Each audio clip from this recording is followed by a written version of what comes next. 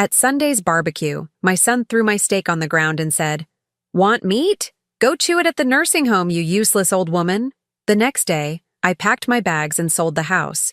My phone rang 28 times. He begged for forgiveness. I'm glad to have you here. Follow my story until the end and comment the city you're watching from, so I can see how far my story has reached. My name is Tatum, and I'm 69 years old. Last Sunday, my son threw my steak on the ground like I was a dog. Want meat? Go chew it at the nursing home, you useless old woman. The words hit me harder than if he'd slapped me across the face. I stood there in my own backyard, at my own barbecue, watching the piece of meat I'd been looking forward to sitting in the dirt beside my feet. Cedric stood over me, his face twisted with a cruelty I'd watched grow for years, but had always excused. His wife Jessica laughed. Actually laughed. My 2 grandchildren, 8 and 10 years old, stared at me with the same cold indifference their parents had taught them. No one moved to help me. No one said a word in my defense. I bent down slowly, my arthritic knees protesting, and picked up the steak. My hands were shaking, but not from weakness, from rage. Pure, white-hot rage that I'd been swallowing for far too long. "Cedric," I said quietly, brushing the dirt off the meat, "what did you just say to me?" He rolled his eyes, that same gesture he'd perfected as a teenager. "Oh, come on, Mom. Don't be so dramatic. It was just a joke." A joke. 20 years of being treated like hired help in my own home, and it was all just a joke to him. I looked around at the deck I'd paid to build, the pool I'd had installed for his children who barely acknowledged my existence, the brand new grill that Cedric had demanded for Father's Day, even though he'd never been a father to anyone but himself. This house. This beautiful 4-bedroom house in the suburbs that I'd worked 3 jobs to afford after his father left us. I'd given everything to make sure Cedric had what other kids had. Private school, sports equipment, college tuition I couldn't afford. I'd sacrificed my own dreams, my own comfort, my own dignity, and this was my reward. "Get me another steak from the kitchen," Cedric said, already turning away, dismissing me like I was the maid. "And bring more beer while you're at it." I stood there holding that dirty piece of meat, and something inside me finally snapped. Not loudly, not dramatically. It was quiet, like a thread finally giving way after holding too much weight for too long. I walked into the house, past the living room where I'd raised him alone, past the photos on the walls of every milestone I'd celebrated while he took it all for granted. In the kitchen, I dropped the steak in the trash and looked around at the space that had been my prison for decades. This wasn't the first time. It wasn't even the worst time. Last month, Cedric had borrowed my credit card and charged $800 in golf equipment without asking. When I confronted him, he'd told me I was being selfish, that I should be grateful he still visited his crazy old mother. 6 months ago, he'd moved his family into my house temporarily, while they looked for a new place. That was after they'd been evicted from their apartment for non-payment of rent. Jessica had immediately started rearranging my furniture, throwing away my things, treating me like a guest in my own home. I'd been cooking their meals, doing their laundry, babysitting their children while they went out to dinner and movies. When I asked when they might find their own place, Cedric had laughed and said, "Why would we move? This setup works perfectly." For them. It worked perfectly for them. I walked back outside with a fresh steak and another beer, just like the good little servant I'd become. Cedric took them without a thank you, already complaining about something else. As I sat in the cheap plastic chair he'd given me while he lounged in the expensive patio furniture I'd bought, I made a decision that would change everything. I was done. I was done being invisible in my own life. Done being treated like a burden by the child I'd sacrificed everything to raise. Done pretending that this was what family looked like. That night, after they'd all gone to bed in my house, eaten my food, and left their mess for me to clean up, I sat at my kitchen table and made a list. A very important list. By morning, I'd made 3 phone calls that would turn Cedric's world upside down. He had no idea what was coming. The first call I made was to my friend Martha's son-in-law, who happened to be a real estate agent. It was barely 6 in the morning, but I couldn't wait another minute. "Dave," I whispered into the phone, standing in my bathroom with the water running to mask the sound. I need to sell my house. Today. There was a pause. Tatum, are you okay? This seems sudden. I've never been more sure of anything in my life. He was at my door by 7:30 with papers and a plan. Cedric and his family were still sleeping, exhausted from their late night of treating my home like their personal hotel. Dave took photos, made notes, and promised me something I'd thought was impossible. A cash buyer within 24 hours. It's a seller's market, he explained quietly as we stood in my spotless kitchen. Houses like this, in this neighborhood, they're gold. I have 3 investors who've been waiting for something exactly like this. While my son slept in my guest room that he'd turned into his master suite, I was signing papers that would strip it all away from him. See, Cedric had been counting on inheriting this house since he was 25. He'd told his friends, his wife, anyone who would listen, that he was set for life because Mom's got that big house and no one else to leave it to. He'd never worked consistently, never saved money, never planned for his future because he'd assumed mine would become his. For the past 5 years, every major decision he'd made was based on the expectation that this house, worth nearly $400,000, would eventually be his safety net. He had no idea that I'd already updated my will last year after watching him treat me like garbage during Christmas dinner. He had no idea that his name had been removed from everything months ago. But more importantly, he had no idea that I was about to remove him from my life entirely. By noon, I had an offer. Full asking price, cash, closing in 72 hours. I accepted without hesitation. While Cedric lounged by my pool, complaining to Jessica about how I'd overcooked the lunch I'd prepared for them, I was in my bedroom quietly packing 38 years of memories into boxes. I kept the photos of Cedric as a child, before he'd learned to see me as an ATM with legs. I kept my mother's jewelry and my father's books. I kept the quilt my grandmother had made, and the small collection of ceramic angels I'd been gathering for decades. Everything else I left behind. Dave had arranged for a moving truck to come Wednesday morning, the same day as closing. I'd already put a deposit on a small 2-bedroom apartment across town, in a complex that didn't allow long-term guests. Perfect. Tuesday evening, Cedric finally noticed something was different.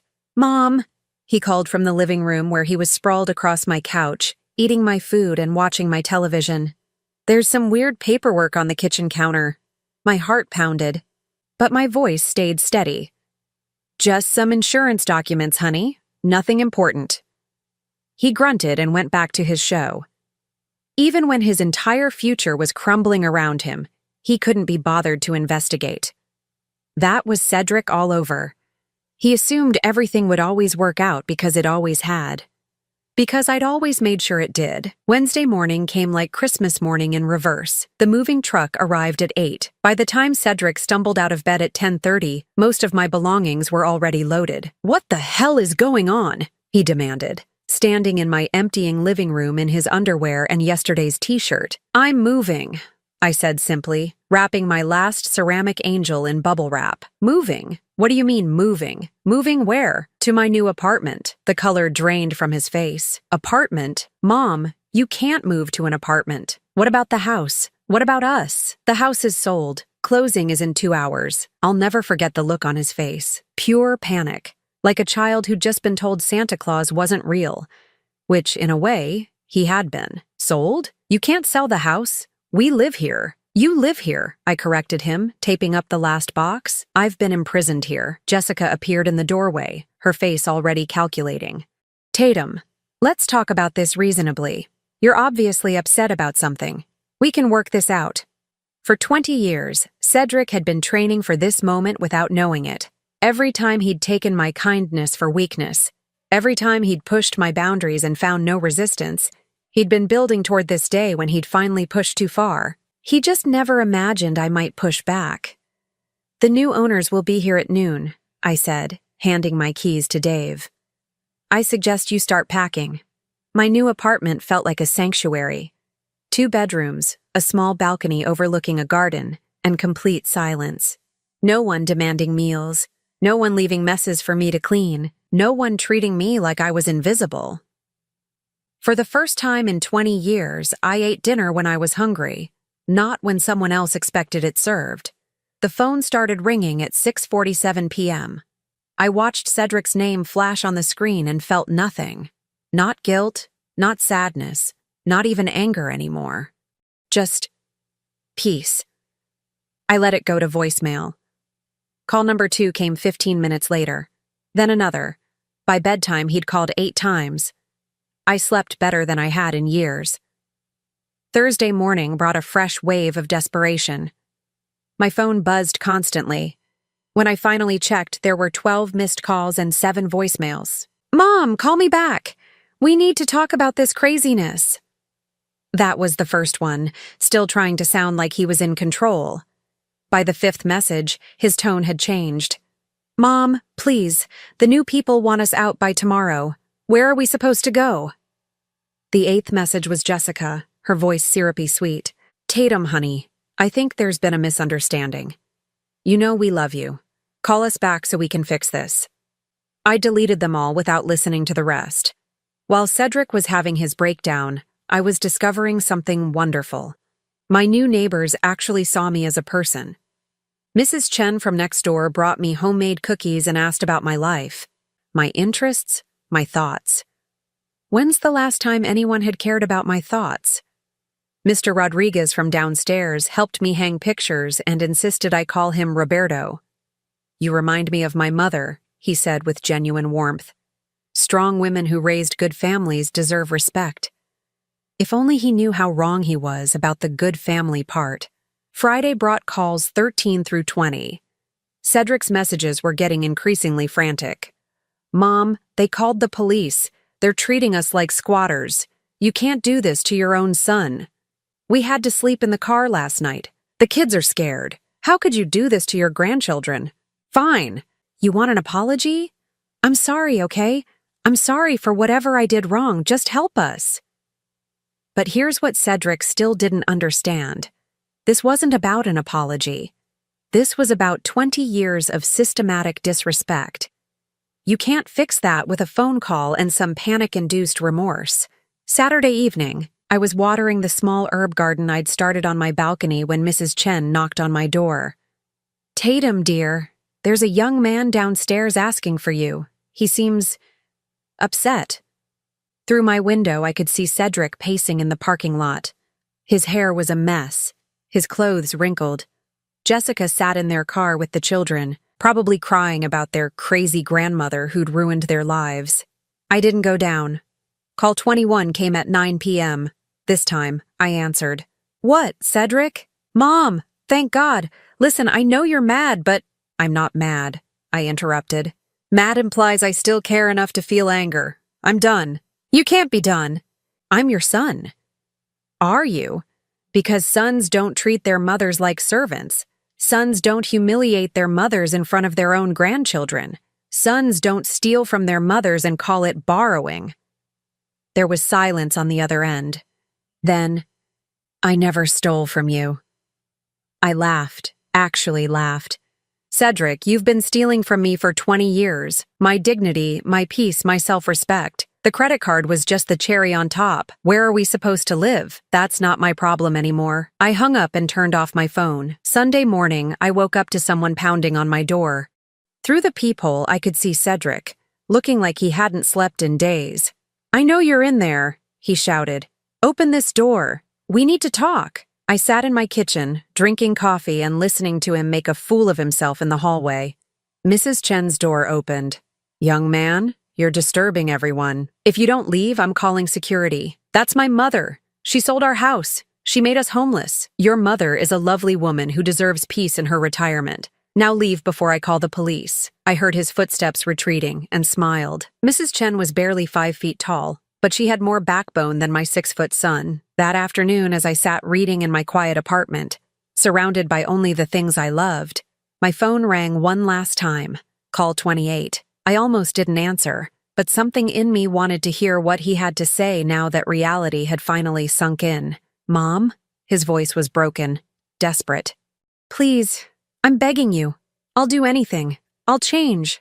I'll be better. Just, please help us." "Cedric," I said softly. You had 38 years to be better. You chose to be worse every single day. That's not fair. I made mistakes, but I can fix them. No, I said, looking out at my little garden where tomatoes were already starting to grow. Some things can't be fixed. Some things are too broken to repair. The silence stretched between us. Finally, he whispered, "So that's it? You're just going to abandon your family?" "I'm not abandoning my family," I replied. "I'm finally putting myself first, something you never taught me to do." As I hung up for the last time, I realized something that should have terrified me but didn't. I had no idea what Cedric would do next, and for the first time in decades, I didn't care. 3 weeks of blissful silence ended on a Tuesday morning when I found Cedric and Jessica sitting in the lobby of my building, waiting for me to come back from my morning walk. They looked terrible. Cedric had lost weight, his face gaunt and stubbled. Jessica's usually perfect makeup was smudged, her designer clothes wrinkled. They'd clearly been sleeping in their car. "Hello, Cedric," I said calmly, not breaking stride as I headed for the elevator. "Mom, wait!" He jumped up, blocking my path. "We need to talk." "No, we don't." Jessica stood too, her voice taking on that manipulative tone I knew so well. "Tatum, the children miss their grandmother. This has gone on long enough." I looked at her, this woman who'd laughed when my son threw meat at me like I was a dog. "Where are my grandchildren now, Jessica?" She shifted uncomfortably. "They're staying with friends." "You mean you dumped them on other people because you're homeless?" I stepped around them toward the elevator. Interesting parenting choice. Cedric followed me. "Mom, please, just 5 minutes." "Let us explain." Against my better judgment, I stopped. Maybe it was curiosity. Maybe I wanted to see just how far they'd fallen. "Fine, 5 minutes. But not up in my apartment. We can talk right here." We sat in the lobby's small seating area. Through the windows, I could see my herb garden thriving on the balcony. Cherry tomatoes, basil, oregano. I'd been learning to cook for one, and it was surprisingly enjoyable. "First," Cedric began, "I want to apologize for what I said at the barbecue. That was wrong." "What else?" I asked. He blinked. "What do you mean?" "I mean, what else are you apologizing for? Because if you think this is about one comment at one barbecue, you haven't learned anything." Jessica jumped in. "Tatum, we know we took you for granted sometimes." "Sometimes?" I laughed. "Jessica, you moved into my house and immediately started throwing away my belongings. You told your children to call me the maid as a joke. You ate my food, used my utilities, and complained when I asked you to clean up after yourselves." Her face flushed red. "That's not how it happened. Isn't it? Cedric, remember last Christmas when you borrowed my credit card to buy presents? $800 I couldn't afford because I was already supporting 4 extra people in my house?" Cedric looked uncomfortable. "I paid you back." "No, you didn't. You promised to pay me back. There's a difference." I leaned back in my chair, feeling surprisingly calm. "Let me guess why you're really here. You need money. You need a place to stay. You need your old mom to bail you out one more time." They exchanged glances. "Bingo. We just need a little help getting back on our feet," Cedric said. "Maybe you could, I don't know, take out a loan against your new place? Or," Jessica added quickly, "you could ask the people who bought the house to sell it back to us. I'm sure they'd understand." I stared at them both, these two adults who'd never learned to take responsibility for their own lives. "Do you know what I did with the money from selling the house?" Their eyes lit up with greed. They thought I was about to offer them a lifeline. "I gave 1/3 of it to charity," I said, watching their faces fall. "Specifically to organizations that help elderly people who are being abused by their own families." Cedric's mouth dropped open. "You gave away my inheritance? Your inheritance?" I stood up, my voice rising for the first time. "Cedric, you haven't inherited anything because you haven't earned anything. Inheritance is for children who love and respect their parents, not for parasites who see their mothers as walking ATMs." "That's our money!" Jessica shrieked, no longer bothering to hide her true nature. "We lived in that house. We were family." "You were tenants who never paid rent," I corrected. And now you're trespassing. I started walking toward the elevator, but Cedric grabbed my arm. Mom, what about the rest of the money? I shook off his grip and looked him in the eye. The rest of the money is mine. I'm 69 years old, and for the first time in my life, I'm going to spend money on myself. On what? He demanded. Travel, nice dinners, books, a comfortable retirement where no one treats me like garbage. I pressed the elevator button. Things I should have been doing for the past 20 years, instead of supporting ungrateful adults. The elevator doors opened, and I stepped inside.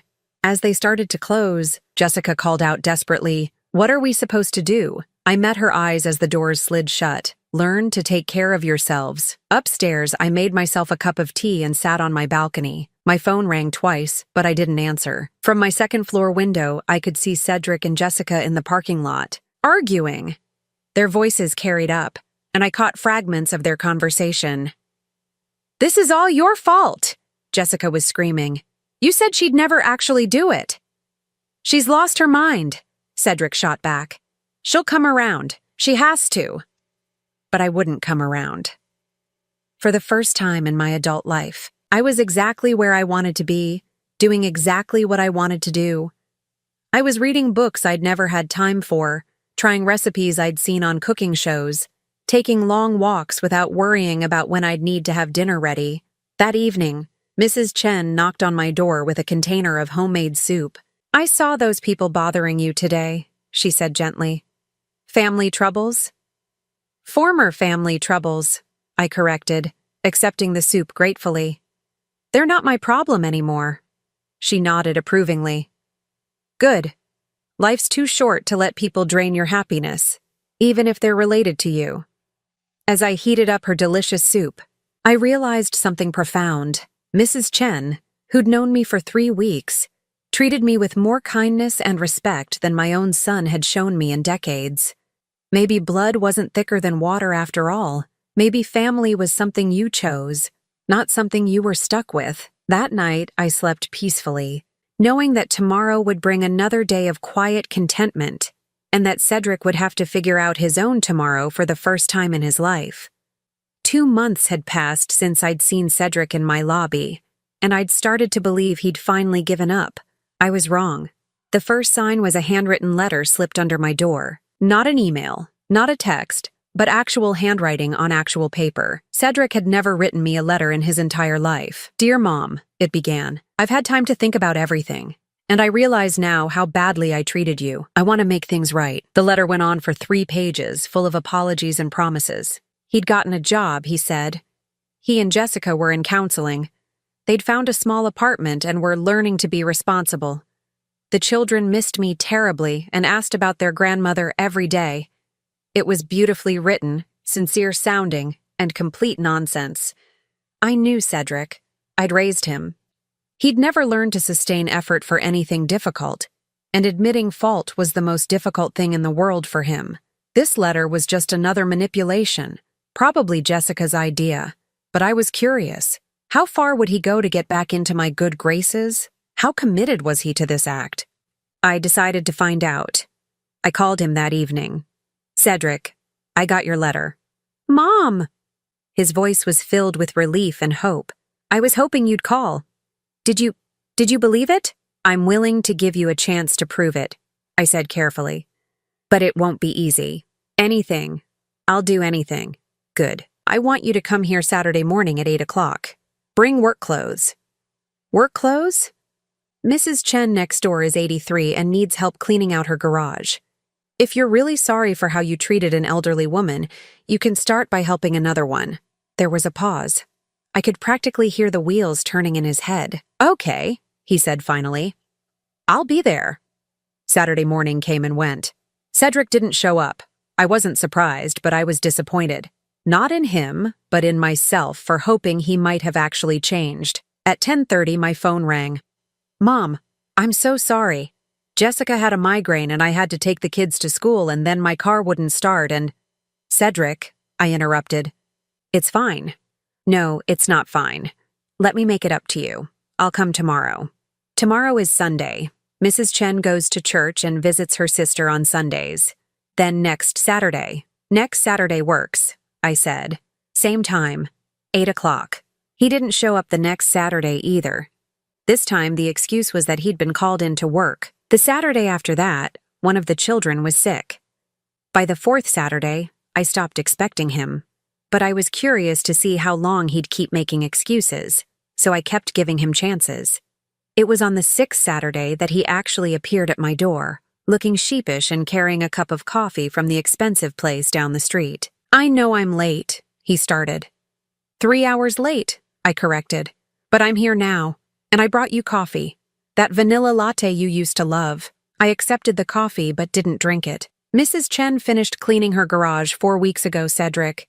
Her son came and helped her." His face fell. "Oh, well, maybe there's something else I can help with." I studied him for a moment. He looked tired, thinner, but not broken. His clothes were clean and his hair was styled. He wasn't sleeping in his car anymore, which meant he'd found somewhere to live without my help. "Actually, there is something," I said. "I've been volunteering at the community center, reading to seniors who can't see well anymore. They need more volunteers." His expression brightened. "That sounds perfect. I love old people." I almost laughed. Cedric had never shown any particular fondness for elderly people. If anything, he'd grown impatient with me as I'd aged, rolling his eyes when I moved slowly or repeated myself. "Great. They meet Tuesday mornings at 9. I'll let them know you're coming." "Tuesday morning?" His smile faltered. "I usually work Tuesday mornings." "You said you'd do anything." "I know, but I can't just skip work. I need this job." "Then maybe Thursday afternoons?" "They have a group that meets then, too. Thursday afternoons I pick up the kids from school." I nodded slowly. "What about evenings?" "They have a dinner program for isolated seniors. You could help serve meals." "Evenings are family time. Jessica thinks it's important that we eat dinner together as a family." I set down the untouched coffee. "Cedric, in the past 5 minutes, you've told me you can't volunteer Tuesday mornings, Thursday afternoons, or any evening. When exactly are you available to prove how sorry you are?" He shifted uncomfortably. "Well, I mean, weekends? I could do weekend stuff. You've missed 6 Saturday appointments. That was different. Those were emergencies." "Were they?" "Because from where I sit, it looks like helping others will always be your last priority. Just like respecting me was always your last priority." His face flushed red. "That's not fair, Mom. I'm trying here." "Are you?" "Because trying means showing up when you say you will. Trying means making sacrifices for other people, not just expecting them to make sacrifices for you." I stood up, suddenly tired of this whole charade. "You know what, Cedric? Don't worry about the volunteering. Don't worry about proving anything to me." "What do you mean?" I looked at him, this man I'd raised who still thought the world owed him something, and felt nothing but pity. "I mean, you've already proven everything I needed to know." He left that day confused and frustrated, and I never saw him again. Not because I was hiding from him, but because he finally understood that I meant what I said. The truth was, I didn't need his apologies or his promises. I'd already found something better than his grudging attempts at respect. I'd found people who respected me naturally, without having to be begged or tested or convinced. Mrs. Chen still brought me soup twice a week. Roberto had started inviting me to his family's Sunday dinners. The seniors at the community center lit up when I walked into the room, genuinely happy to see me. For the first time in my life, I was surrounded by people who valued my presence instead of just my usefulness, and that felt like the greatest victory of all. 1 year after I left my old life behind, I found myself standing in the hospital room of someone who had become more precious to me than my own son ever was. Mrs. Chen lay in the narrow bed, looking impossibly small beneath the white sheets. At 84, she'd suffered a stroke that left her unable to care for herself. Her only son lived in Seattle and couldn't move back to help her. "I don't want to go to a nursing home," she whispered, gripping my hand with surprising strength. "I just want to go home." I looked around the sterile room, thinking about how Mrs. Chen had welcomed me with warmth from my very first day in the apartment building, how she'd brought me soup when I was sad, shared stories about her late husband over tea, and never once asked me for anything except friendship. What if you didn't have to? I said quietly. Her eyes widened. What do you mean? What if you came home with me? The idea had been forming in my mind for weeks. Ever since Mrs. Chen's stroke, my apartment had 2 bedrooms, and I'd been rattling around in there alone, sometimes talking to my plants just to hear another voice. Mrs. Chen needed someone to help her with daily tasks, and I needed someone who saw me as more than a walking checkbook. Tatum, I couldn't ask you to do that. You're not asking, I'm offering. And so, 2 weeks later, Mrs. Chen moved into my spare bedroom. I helped her with her medications, drove her to physical therapy appointments, and made sure she ate nutritious meals. In return, she filled my apartment with laughter, shared her incredible stories about immigrating to America as a young bride, and taught me to make dumplings that were better than any restaurants. It wasn't a burden, it was a blessing. The transformation in both our lives was remarkable. Mrs. Chen regained most of her strength and independence within 6 months. I discovered that caring for someone who appreciated my efforts felt completely different from being taken advantage of. Roberto's family officially adopted me as an honorary grandmother. His children called me Abuela Tatum and actually listened when I spoke, hanging on every word of the stories I told them about growing up in a different era. At the community center, I'd become the coordinator for the reading program, organizing volunteers and developing new activities. The seniors there had become my extended family, people who celebrated my birthday, asked about my health, and genuinely cared about my happiness. One evening, as Mrs. Chen and I sat on our balcony watching the sunset, she asked me something that made me pause. Do you ever miss your old life? I considered the question carefully. I miss the idea of what my old life could have been, I said finally. I miss the son I thought I had, not the one I actually raised. Any regrets? Only one, I admitted. I regret waiting so long to put myself first. That's when I noticed him. Across the street, partially hidden behind a tree, Cedric stood watching our building. He'd been showing up periodically over the past few months, never approaching, just observing. At first it had made me nervous. Now it just made me sad. Is that him? Mrs. Chen asked, following my gaze. I nodded. He still thinks I'm going to change my mind, that eventually I'll get lonely enough or guilty enough to take him back. Are you? I looked around at my life. Mrs. Chen reading a book in the chair beside me, the sound of Roberto's children playing in the courtyard below, my herb garden thriving in planters along the balcony railing. Tomorrow I would volunteer at the community center, and tomorrow evening Mrs. Chen and I would cook dinner together while she told me about her late husband's terrible jokes. No, I said with absolute certainty. I'm not. Mrs. Chen smiled. Good, because family isn't about blood, dear. It's about people who show up for each other. As if to prove her point, Roberto appeared on his balcony below us, calling up, Ladies, my wife made too much tamales again. Should I bring some up? Always, Mrs. Chen called back, laughing. I watched Cedric across the street, still lurking in the shadows, waiting for me to need him. He had no idea that I'd never been less needy in my entire life. 2 years ago, if someone had told me I'd be living with an elderly Chinese woman who wasn't related to me, having dinner with a Mexican family who'd claimed me as their own, and spending my days helping other seniors find joy in their golden years, I would have thought they were crazy. But here I was, surrounded by chosen family who loved me not for what I could give them, but for who I was. People who respected my opinions, valued my experiences, and never made me feel like a burden. Cedric finally walked away that evening, disappearing into the darkness just as the streetlights came on. I realized as I watched him go that I felt nothing. Not anger, not sadness, not even pity. He was just a stranger now, someone who'd once been important but had chosen to make himself irrelevant. Mrs. Chen reached over and patted my hand. Come on, she said. Roberto's bringing tamales, and I want to show you the photo album from my grandson's wedding. As we headed inside to our warm, welcoming home, I reflected on something profound.